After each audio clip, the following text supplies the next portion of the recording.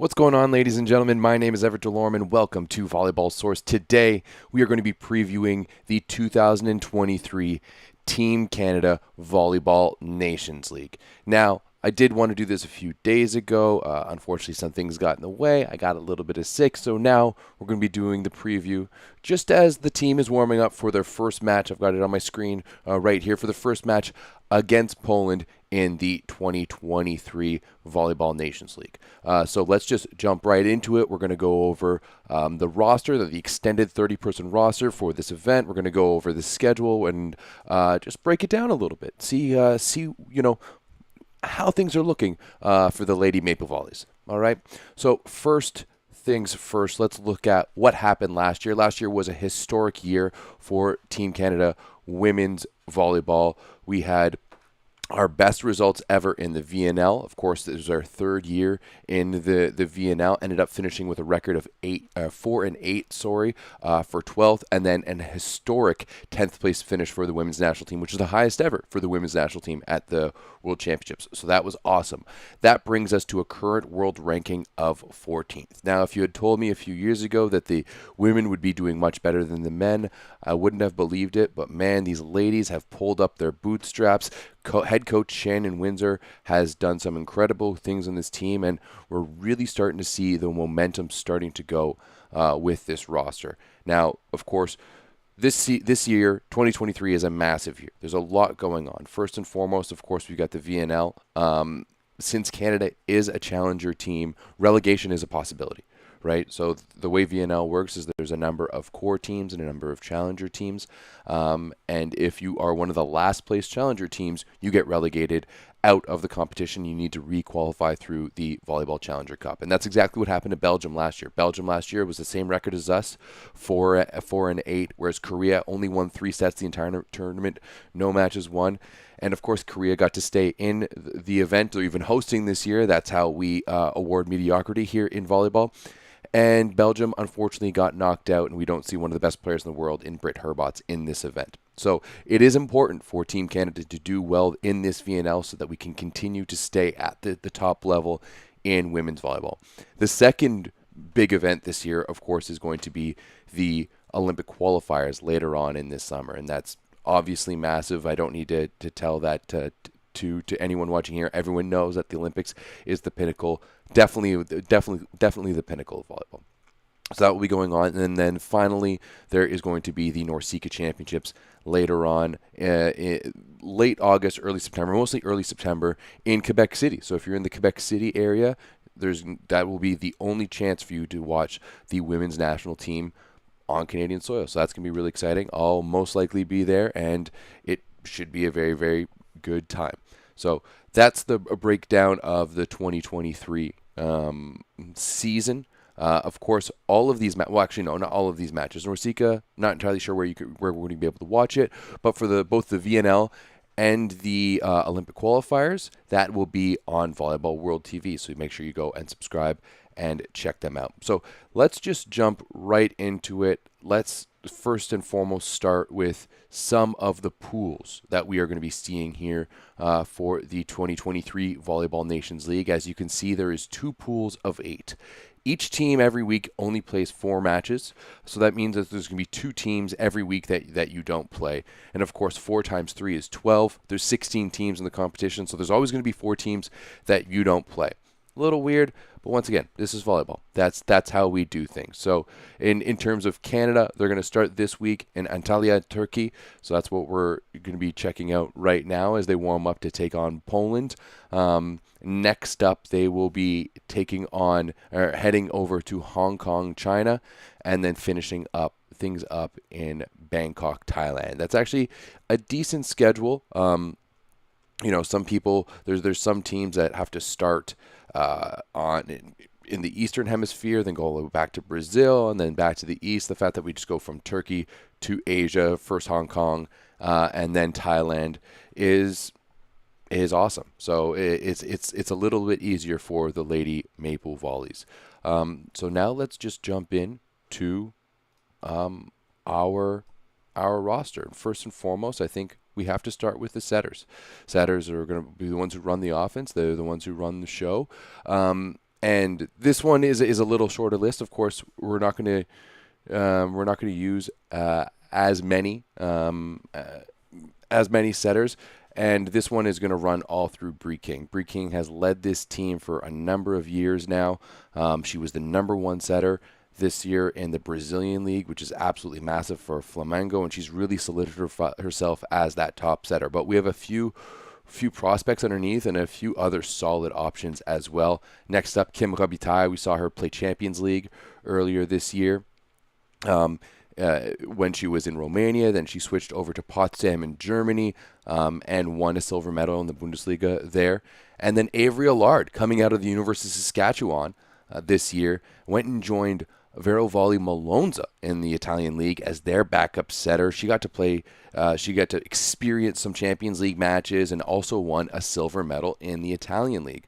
So some of our setters here are getting some good opportunities to get some good reps in some very, very, very, very good leagues and play on some very, very good rosters, which is absolutely massive. Now, the next two, Courtney Baker, she's been in the program for quite a while, spent her year in Hungary this year out of Dalhousie University over on the East Coast, much taller, quite physical for a setter. She's been in the program for a while. I'm not entirely sure if we're going to see her. I would be very surprised, but still a good option. And then Quinn Pelland.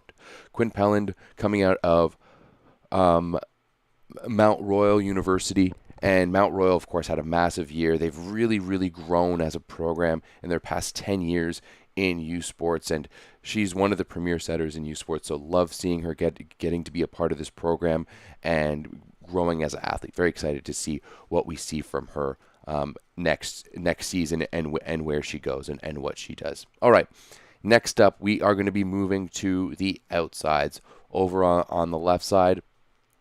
These athletes. Obviously, we run the show. The ones who pass, the ones who take the majority of the balls, first and foremost. Now, also, I did rank these kind of in my own depth chart. This is not something I can confirm. It's not like I've talked to anyone from the team. This is just my own views on what I think the depth chart is. Of course, I'm sure there's going to be some things that are different in that.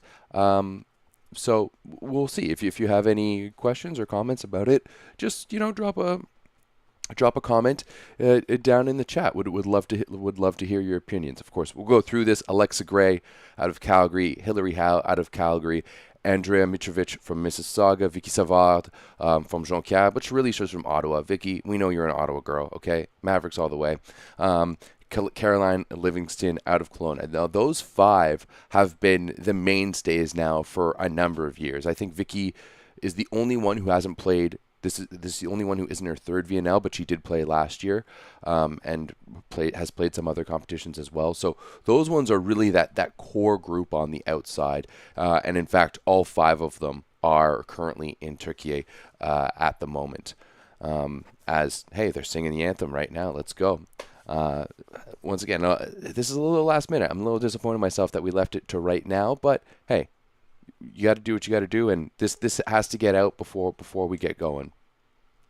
And so yeah, as I said, Alexa Gray, Hillary Howe, Andrea Mitrovic, Vicky Savard, Caroline Livingston are really that core group of outsides coming up. Next is Tana Fayed, Maddie Saris, Melissa Langager out of Western, and then Gabrielle Atier out of UFV. So the first Fraser Valley Cascade to be on the women's national team in Gabrielle Atier. Now, for that next group, I'm very excited about Tana Fayed. She was from San Diego University in the NCAA. I remember watching her in club and a little bit with the junior national team in the past. She's a high flyer. She's physical.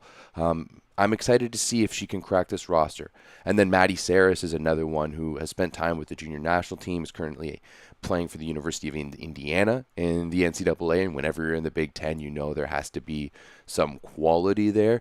So I'm excited to see which one, if any, of these prospects can come up and break the first team. I'm not entirely sure in this summer. I think if anyone was going to be doing it, it would be in this first week. And as I said, we're seeing those top five outsides being in Turkey at the moment. But when we look at those top five outsides, I'm really excited. Of course, Alexa didn't have I'm not going to say she didn't have a great season. I just don't think she was given the opportunity to play as much. In the past few years, she's been one of the top 5 scorers in the Italian league, playing for Busto Arsizio. This year, she moved over to Imoco Conigliano, who's one of the top teams in the world. They won the World Club Championships this year, and they also won the Italian league. And now Alexa did win the MVP with an absolute monstrous performance coming off the bench. I think she had 28 points in like 3.5 sets coming off the bench for Conigliano in that final, beating actually Avery Allard's Monza, or Molonza as we call it, over on the 9x9 in that final. And it just kind of proved all the haters, especially in the Volleyball Source Discord, that Alexa Gray is truly legit, and that she is I think she's one of the best pure scorers in volleyball. Period. Like in women's volleyball, she's one of the best pure scorers. You can expect her whenever she's playing to just put up some numbers. So yeah, it's awesome. Oh, Kiro Neri coming in, Alexa Gray putting up 28 points in 2.5 sets, which is even more impressive. So it's actually kind of a good thing for Team Canada that she didn't play as much this year, because that she is, that she's healthy, and that she's rested up, and we're going to need a lot of that, especially here for this VNL run, Olympic qualifiers, and of course Norsika's later on. Hillary Howe played in Germany this year, so she's going to be another one to watch out. And Andrea Mitrovic. Now, Mitrovic and Howe have been those two, going back to the Team Canada's first VNL back in 2021 in the bubble in Rimini. Those were the two that really held down the court. And last year we've seen kind of a mix between when Gray was injured. I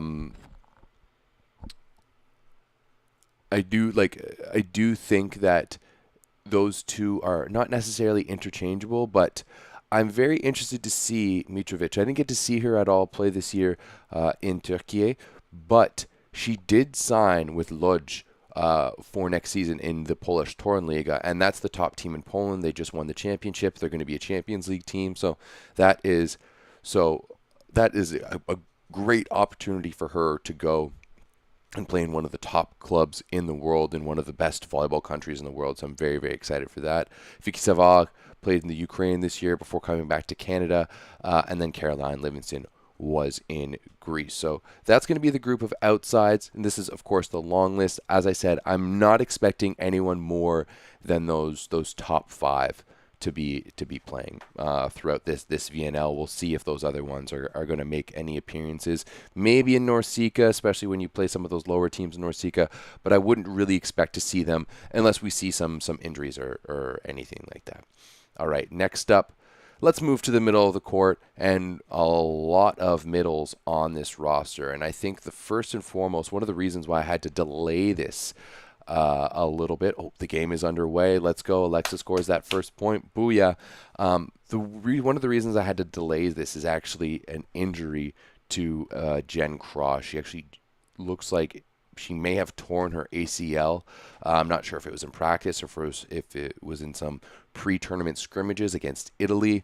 I was talking to her on Thursday night about it, and she just asked me to wait a little bit so she could tell some people. I was planning to do this show on Friday, but of course she asked me to wait, and Jen's a good friend, and this is a pretty big blow for the women's national team. I won't lie. I think there's some fantastic people kind of coming up behind her and Maglio who have really been the mainstays in the middle for this team. Lane Van Buskirk, Jasmine White, Alicia Ogums, all three have a ton of experience and are very, very capable.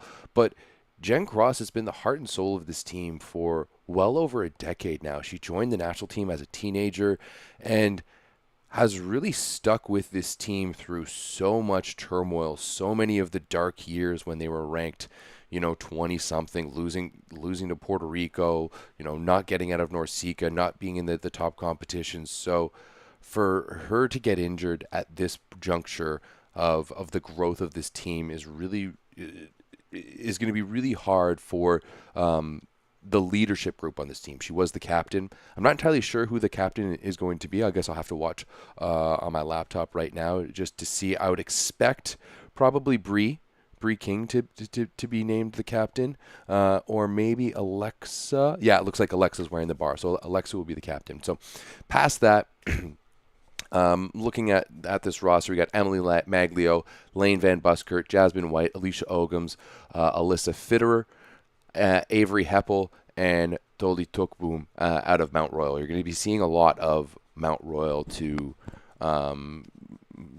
coming out. They've been really, really growing. And Tokboom she's not on this roster. I believe she's on the 2020 U23 roster, the B team, if you will. But she's someone that I'm really excited to see if she can break into this roster and if she can have an impact at that international level. She's been so dominant at U Sports the past few years. As was Avery Heppel over at Trinity Western. Fitterer is a little bit older. She spent some time at Michigan State, also played beach down for Hawaii. So she's been there. And of course, Ogums, has played in the Italian league, has played in some of the top leagues. So she definitely has to be respected there too, and is very, very physical. So that is going to be the group of middles that we have. I think Emily Maglio is going to be the mainstay. Like, she's very, very talented, plays for one of the best clubs in Turkey, a top 4 club in Turkey, THY, alongside Kira Van Rijk. So she is going to be the number one option, and it looks like so far they've gone with Van Buskirk on the court in match number 1. And actually, it also looks like they have Alexa Gray playing in the opposite position. So we'll talk about that in just a few minutes as we head over to talk about the opposites. So yeah, that's going to break down our middle group. Once again, that injury to Jen Cross is absolutely killer. I'm really rooting for her to be able to come back from an ACL injury. But I mean, Jen is 31. So it's going to be it's going to be a tough road, but if there's one person who does have like the mental fortitude and the just overall belief in herself to get it done, I do believe it's Jen Cross. So right now she's back in Vancouver, looking to see if she's going to need surgery and starting that rehab process. All right, next up, let's move to the opposites, and only 4 on this list. Of course, Kira Van Rijk, she's been the mainstay, one of the top scorer for Team Canada throughout the last year's VNL, throughout the World Championships.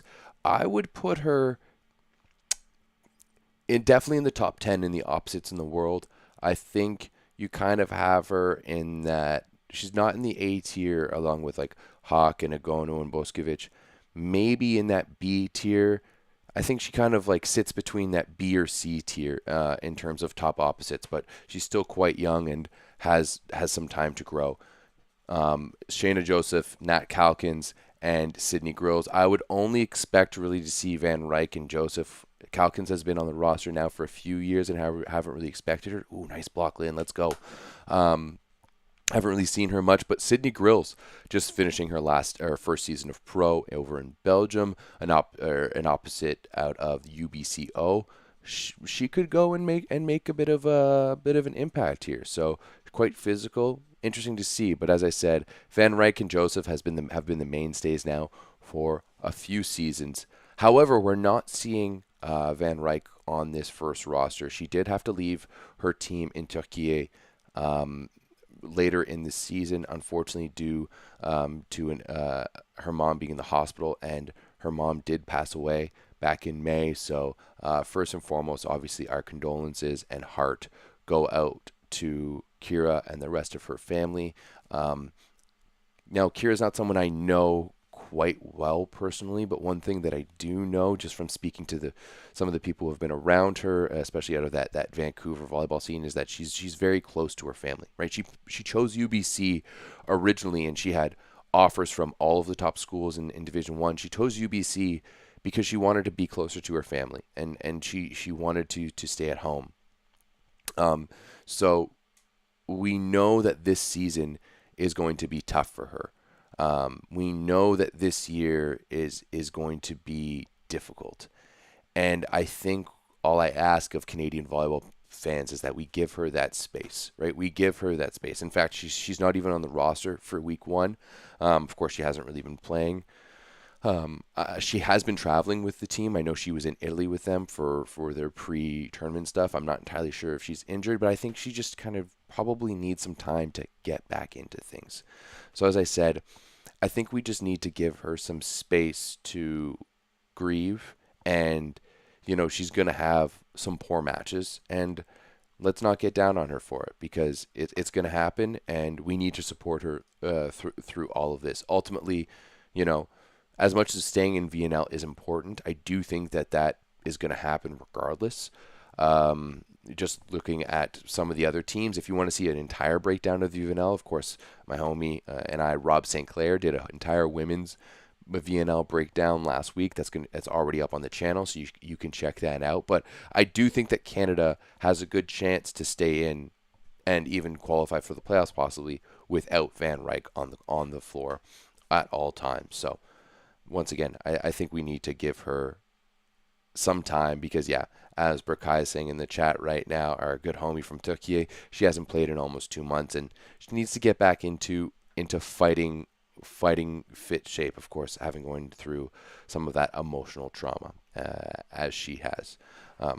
All right, let's move on now from the opposites finally to the liberos. Now, the libero position is going to be very, very interesting, because as you see, all 4 of these liberos on the roster are coming straight out of school, right? 3 from U Sports, one from the NCAA.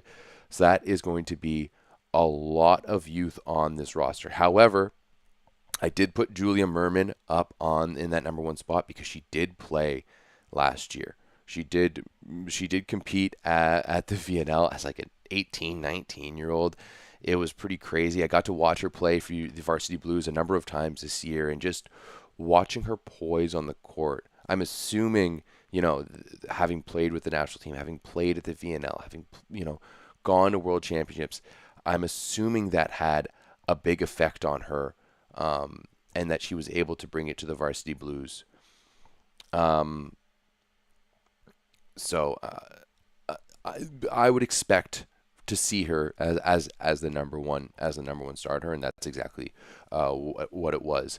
But to be honest, I'm really high on all 4 of these prospects.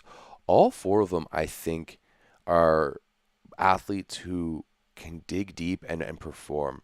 Casey Yost, winning a national championship this past year with UBC was absolutely mega. She's the other libero on the roster right now, so that's why I put her in the 2nd position. I know that Ariel Palermo last year was supposed to be on the roster for VNL, and then unfortunately contracted COVID and wasn't able to be available. But she's someone, especially through her club years, that I watched quite a bit, and just a little bit undersized maybe when she was playing on the outside, but she has that tenacity with her, and even watching her with Queens, like, she just goes for it, and I love to see. And Kat Georgiadis, I mean, playing in the NCAA out of I think she played for Scarborough Titans and Leaside Volleyball Club here in Toronto, and she's just such a positive ball of energy. Plays for Santa Clara in the NCAA, and I think, honestly, there's so little separating all 4 of these athletes in the libero position that we could conceivably see all of them at any point. I do think Merman has a leg up just because she did play last year and she did get those reps, as we're currently tied at 9. So Poland just scored 10-9 Poland. So that's what the roster looks like overall. As we said, there's 30 athletes on the roster, and they are more or less interchangeable throughout the week. So you go from 30 down to 14, but you get to name your 14 week per week, and then game per game there's 12 on the roster. So 2 are going to be sitting out, and 12 will stay on. So that's what it is going to look like. Now, as I said, they're literally playing right now in Antalya, Turkey. So let's look to see what the roster is currently in Turkey. Oops. Trying to get that up there. All right. As I said, we have the 5 outsides: Gray, Howe, Mitrovic, Viksava, and Caroline Livingston. Ooh, Caroline, I apologize. I have a typo there. on your name. Um, I'm getting some notes from the chat right now that is actually Hillary Howe on the right side, and I confirm that as I can see her pull off with Mitrovic and Gray on the left side, and Canada takes their first lead of the match. That's awesome. So as I said, that's a really, really good group. I think you have Vicky Savard to be the first one off the bench, especially if Gray's going to be playing on the right side. Vicky Savard to be the first one off the bench offensively, and we've seen Caroline Livingston come in and be a very, very effective serving sub and almost used as a second libero. She's a very, very good passer. So not as effective offensively, but definitely very, very strong defensively, passing, serve, receive, all of that stuff. Then in the middle, we've got Maglio, Jasmine White, Lane Van Buskirk, and of course Jen Cross. She's given the asterisk there because she's injured and now back in Canada and will not be playing for the rest of this summer and into the next pro league. I know in speaking to her, she's already looking at the 2024 VNL to make her return. And I mean, that is Jen in a nutshell. Like, she's just going to compartmentalize everything and look forward. Only one opposite technically on the roster at the moment, China Joseph. She played this season in Macambeu in the French league. Of course, at the moment we do have Hillary Howe on the right side, and I actually kind of like that. Howe is quite a good blocker, especially for a left side player.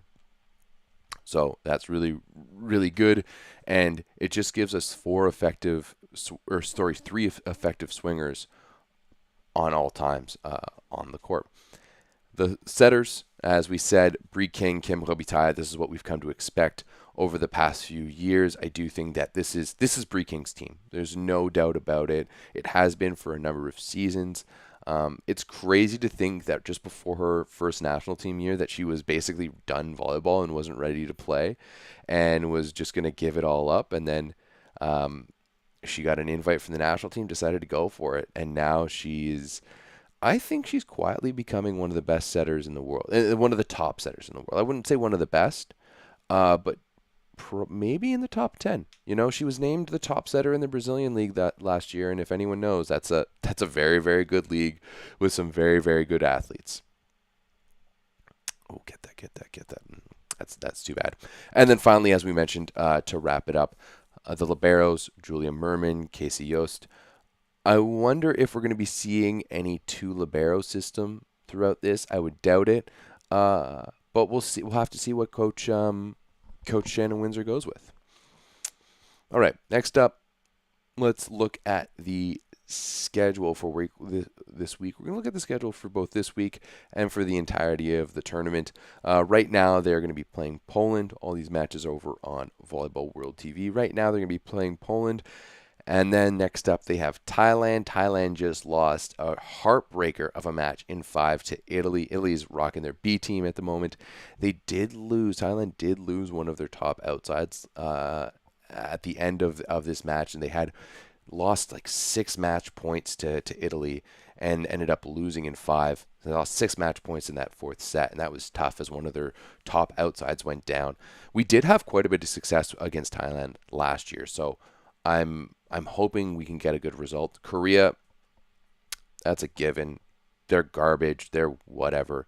Hopefully we can pull off a win against them without too much hassle. And then finally, you have the defending world champions and the VNL bronze medalist from last year of Serbia. Now, I haven't really checked to see. Let's do that right now, just to see what Serbia's lineup looks like.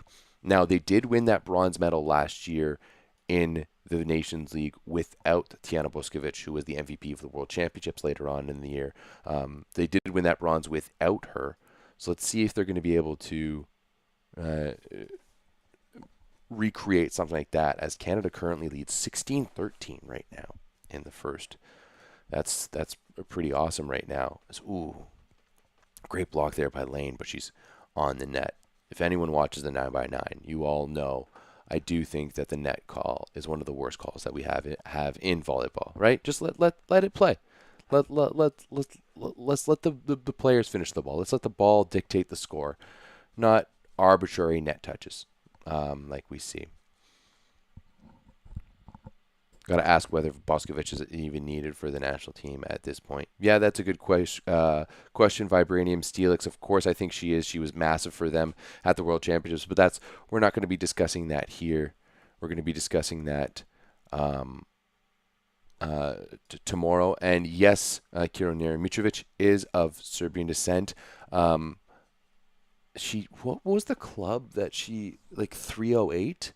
She played for Etobicoke 308, which is like of a Serbian club out of Etobicoke. And if anyone knows Etobicoke, they have quite a large Serbian immigrant population. All right, Volleyball World's website is not working at the. Rob, you are very right. Canada is not playing 2 matches, both on Friday. That fourth one against Serbia should be marked as Sunday, I believe, or Saturday. Of course, the Serbia's roster didn't get brought down to that. Okay, well let's just go back to Canada's schedule now. We've talked way too much about Serbia as Canada leads 18-15 here in the first. But this is going to be Canada's schedule for this week: Poland, Thailand, Korea, and Serbia. I do believe that they are going to be playing. On the 4th, but still at 10 a.m. 10 a.m. Eastern Time against Serbia. I'm going to wait a couple seconds for the Volleyball World website to get pulled up. And we are going to head over and look at their schedule. As we see here, this is right now, week number 1. Yeah, that is going to be June 4th. Against Serbia, and then looking forward to next week over in Hong Kong. And I think this one is a big week for Canada. China, they did get a win this morning, I think. No, they haven't played quite yet. China in match 1, they are missing Zhu Ting and a few of their athletes. Bulgaria, that is a must-win match because that's another challenger team.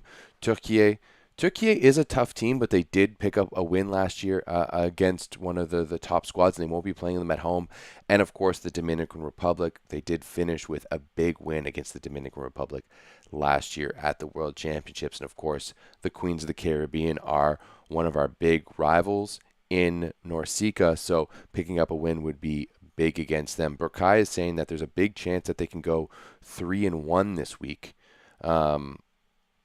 Yeah, I mean, we would have to beat both Poland and Serbia, so I think that's going to be tough. Thailand is always a tough game, and that's a team that has been at the top of their game for a while now. And then Korea is a joke. I mean, they won 3 sets last year. It's absolutely they are absolutely nothing.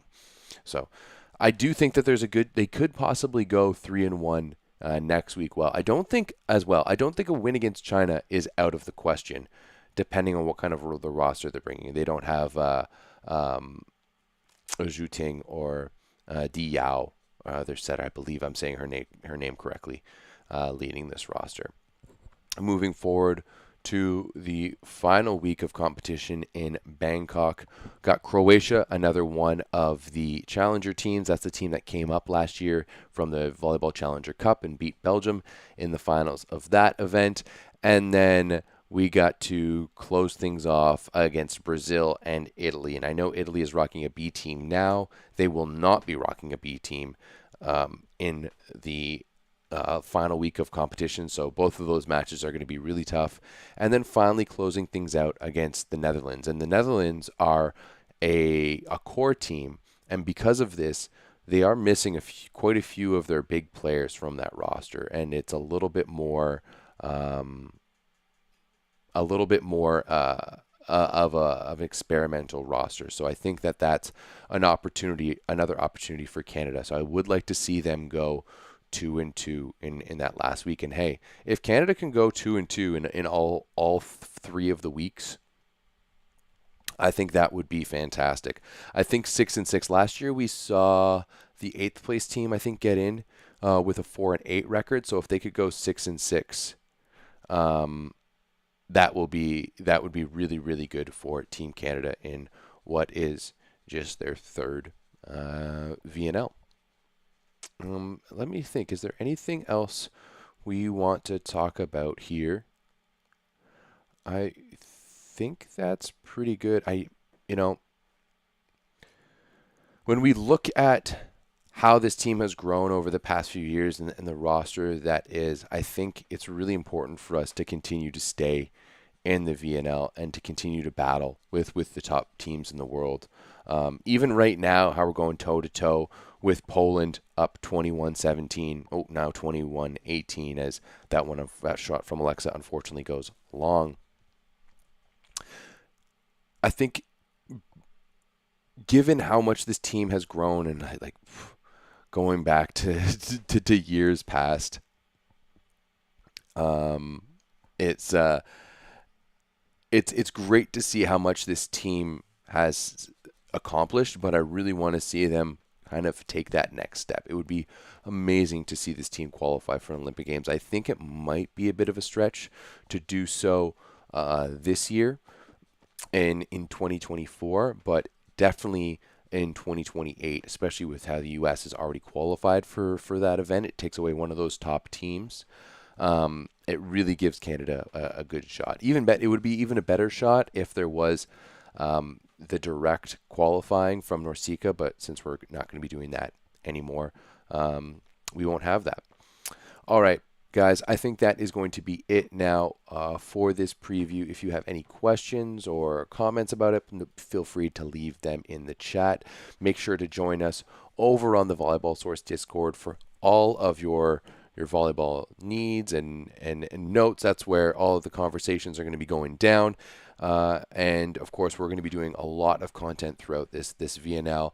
I will be heading to Ottawa for the men's in 2 days on Thursday.